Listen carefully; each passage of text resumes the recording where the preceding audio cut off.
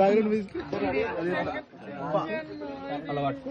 ఫోర్గ్రౌండ్కి వచ్చేసి కెమెరాని చూసి పాట పాడుతూ బయటకు వచ్చేసి బయటకు వెళ్ళిపోతే కట్ చేస్తే మన అవుట్డోర్ షాట్ మూమెంట్ అయిపోయింది. వాట్ యు ఆర్ డ్రింకింగ్ రే?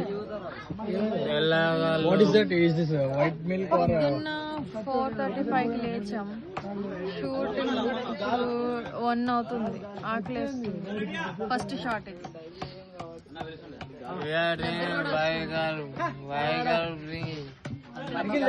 అంటే అన్నా కానీ నేను లేనప్పుడు అంటే అన్న